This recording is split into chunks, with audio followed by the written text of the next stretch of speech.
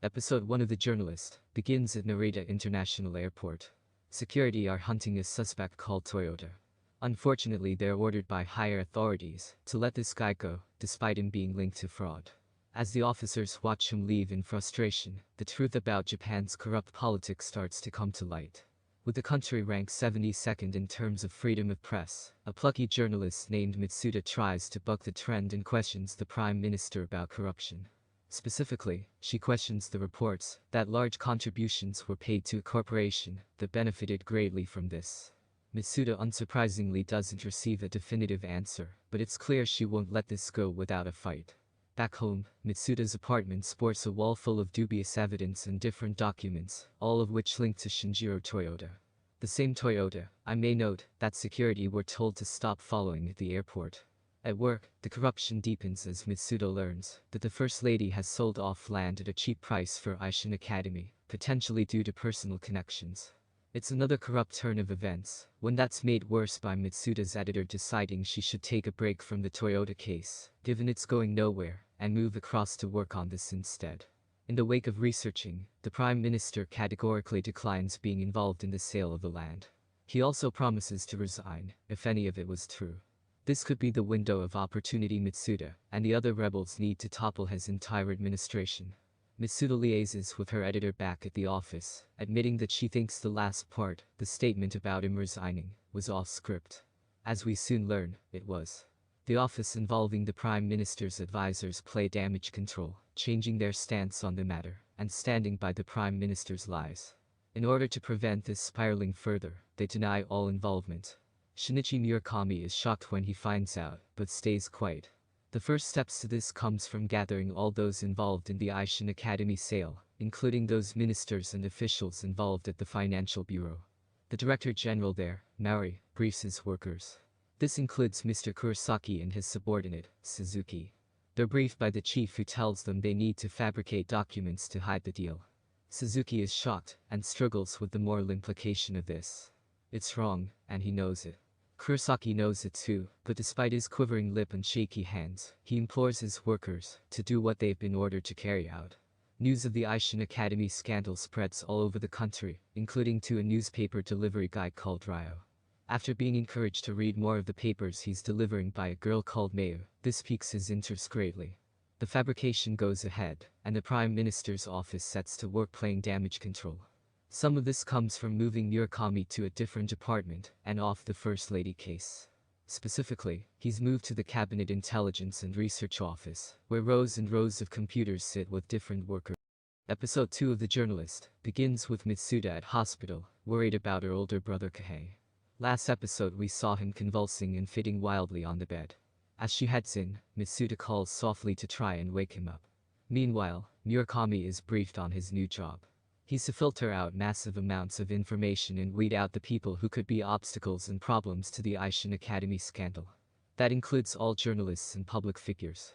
Of course, this will likely lead him to both Suzuki, who's still thoroughly disgusted over what he's done, and Mitsuda. After a tense chat inside the bureau, Mitsuda shows up outside to talk to Suzuki. He's haunted, wing-tied and unwilling to talk. His wife realizes as much back home when he's standoffish, and refuses to even talk to her. Part of this comes from his moral obligation to the state, but also from shielding his younger colleagues too. At work, he implores Kurosaki to let him change the records himself to save their careers. In doing so though, Suzuki saves the original copies on a USB stick, cleverly covering his own back in case everything goes awry.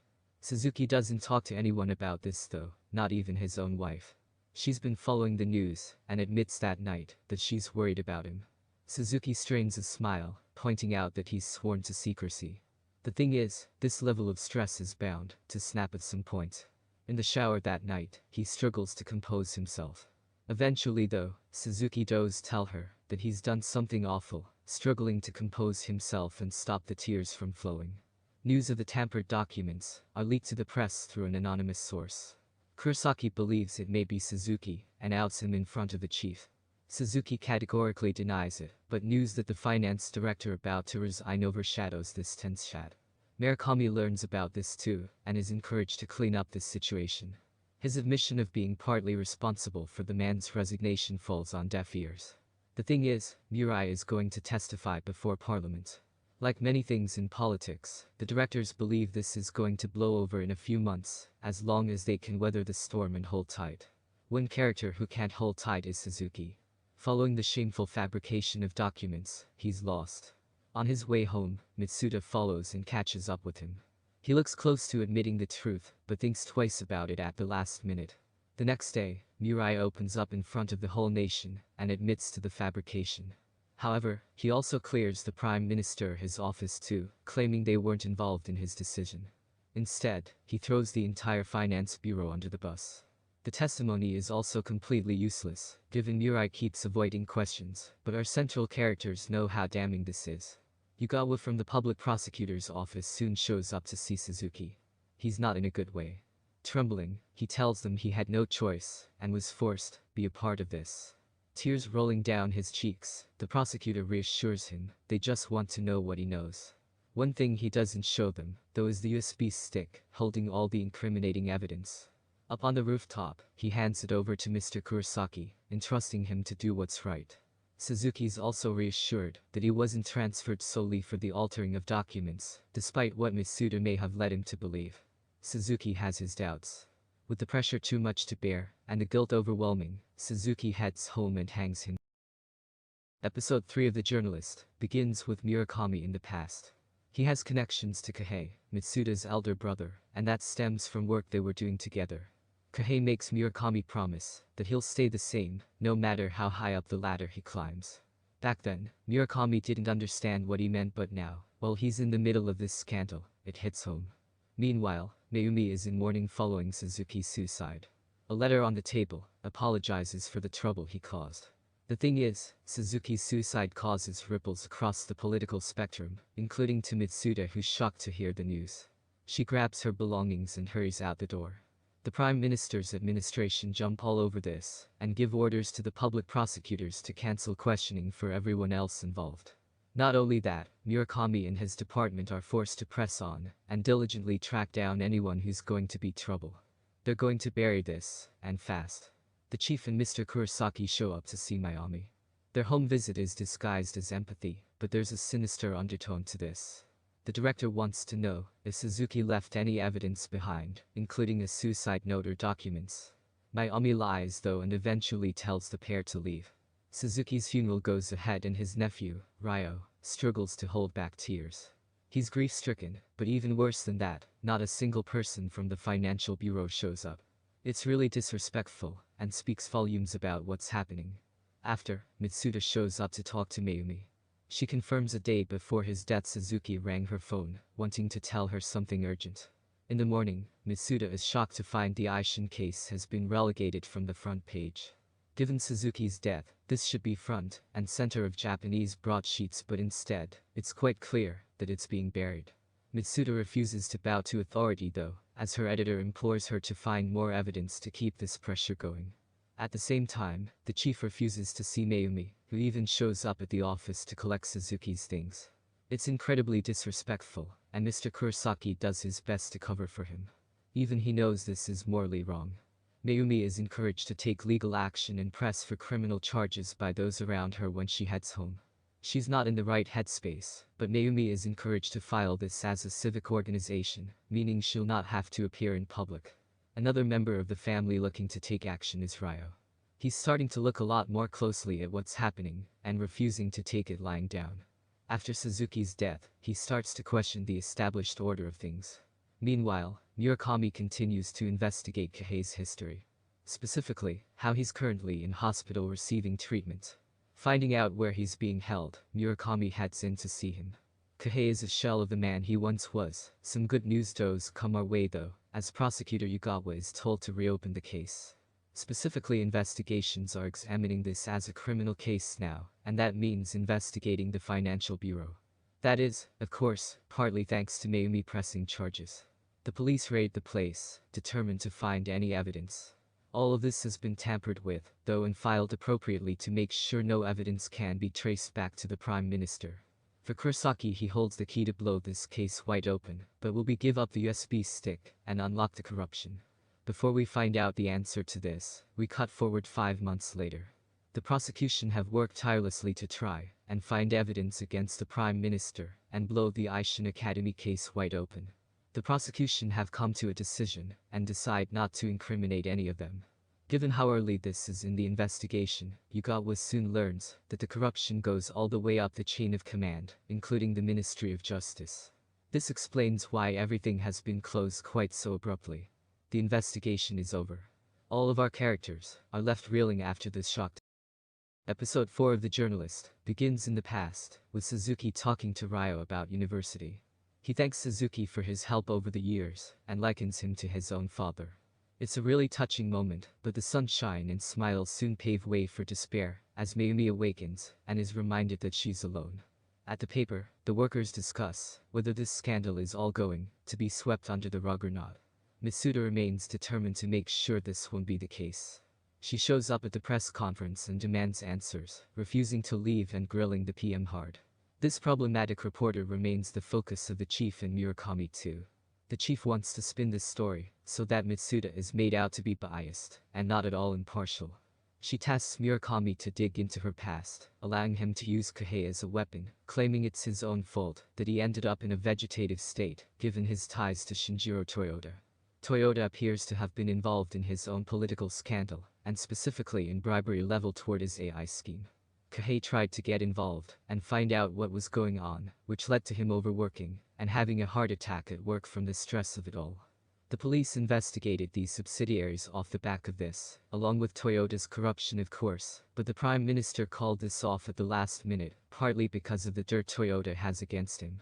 Keeping this man happy appears to be a way to keep the administration in power. As Murakami continues to investigate, he learns there was a whistleblower complaint led by Kohei. Apparently he had proof of the corruption involving Toyota, but when he inexplicably fell ill after, it stopped the entire investigation and was hurriedly covered up. After learning all this, it makes the chief's decision to incriminate Mitsuda and claim she has an unjustified grudge against the administration that much more damning. The widespread news about Mitsuda's brother goes viral, including social media buzz with personal attacks. When Mitsuda shows up to work at the paper, the manager and editor implore her to stop with the Aishin case and drop it. The next day, Ryo heads to the office to talk with Mitsuda. They discuss journalistic integrity together, with Mitsuda admitting she wants to be a voice for the voiceless. This sees him encourage Mitsuda to head over and speak to Mayumi again. This time, Mayumi trusts that she'll do the right thing and shows him the suicide note she's kept hidden these past few episodes. Within his note are meticulous details about all the employees that he was working with, along with written proof of absolutely everything that happened. Mayumi is determined to do right by her husband and blow this case wide open, and Mitsuda is determined to make good on that promise. Mitsuda shows up at the newspaper and shows the suicide note to her superiors. Her manager refuses to let it print though, much to Mitsuda and the editor's shock. The editor realizes his boss is being pressured by the administration, and his radio silence speaks volumes. Meanwhile, Murakami is called into a meeting with the administration, and in particular Toyota. With him present, along with the chief and other officials, he's questioned over what he knows. As the episode closes out, Kurosaki is approached by Mitsuda after hours. She shows off the suicide note to Kurosaki, and urges him to read what Suzuki has. Episode 5 of The Journalist begins in the past with Kohei troubled over the recent developments regarding the Olympics. He questions the Prime Minister's resolve and immediately regrets his decision. Toyota is furious afterward and tells him he has a lot to learn about the system. He even makes Kohei apologize in front of everyone for even bringing this up. Fast forward to the present and it's Murakami who's in the hot seat. He brings up the subsidiaries for the eye as the reason for his inquiries into Toyota's history. Toyota is quick to brush it off though, claiming that the allegations are false. He doesn't buy this but grits his teeth and plays along for now. In secret, he speaks to the chief about how Toyota has defrauded the system, but he tells him to drop it. Otherwise, there will be trouble. Meanwhile, Mitsuda's meeting with Kurosaki doesn't go to plan. He's spooked, unwilling to cooperate and pointing out that he has a family. Well, Suzuki obviously has a family too, and Mitsuda spits this fact back at him. She also sets up a social media profile for Mayumi too, determined to drum up support over social media for her cause. Mitsuda's good work is reflected by Ryo, who shows up at his job interview and speaks from the heart, rather than the robotic responses from the other candidates. He wants to help the oppressed and downtrodden, just like Mitsuda has been. It's a really touching speech, and one that's met with a smile, at least from the director. Kurosaki does eventually head back to see Mayumi, apologizing for not having the courage to do what he should have done originally. With a deep bow, he hands over Suzuki's USB stick and starts crying uncontrollably. On the stick is an audio confession incriminating everyone attached to this case, along with the original copies of the documents. It's all meticulously crafted and hopefully enough to incriminate the Prime Minister and those in his cabinet for their involvement with the Aishin case. When they head to the newspaper with this huge bit of evidence, the boss decides to run this on the front page of the newspaper the following day. Mayumi is prepared for the storm to come, and remains determined to honor her husband's memory in the right way. It's a massive scoop, and one that sees the entire paper rally together to make the front page of the newspaper. The Aishin scandal is front and center and as big as possible. And because of that, news spreads across to the prosecutors, who decide to carry out a thorough investigation this time. As for Mayumi, she wants to take them to court, and as she enlists the help of a lawyer to make that happen. Toyota sets to work tightening the screws on his operation too, and making sure the media are on their side through this. Meanwhile, Ryo remains dead set on his conviction and shows up at another job interview. He tells his prospective employers he wants to make a change to the way news is distributed through the country. His answers allow him to ace the interview and get a job offer. We then jump forward 4 months later. Murakami has his concerns over Chief Tada's instruction. He's tasked with putting a lid on the corruption and keep private citizens quiet, but he has his doubts whether this is even possible. After all, the public are seething with anger over what's happened, and it seems next to impossible to put the lid back on this. To keep him in line, the chief blackmails him, claiming he can spin the entire story, so that Murakami is the one to take the blame for everything. If that wasn't enough, the chief also threatens his family too. This is enough to push Murakami over the edge, breathing heavily in the hallways and at home, threatening to be consumed by the same stress that killed Suzuki. However, he comes out fighting. This sparks him into action, as he messages Mitsuda on social media, and decides to do what's all the corruption, the scandals and the abuse, it all comes down to this. Episode 6 of The Journalist promises to blow the case into Toyota and the Aishin Academy wide open. Mitsuda receives a call at the hospital from a very paranoid Murakami, making sure she's alone before they meet. He obviously knows Kohei, and when Mitsuda sees him, she too recognizes him as a worker from Zero. Mitsuda finds out that Murakami has his sights set on bringing down Toyota. The big coup here though comes from him giving a statement. If he could testify in court, then he could be the key to blowing this whole case wide open. As Mayumi's online petition starts to gather momentum, she's encouraged by her lawyers to head on TV to talk about her case, and only grow that profile. Before she does, Mitsuda and Mayumi head up to visit Maori.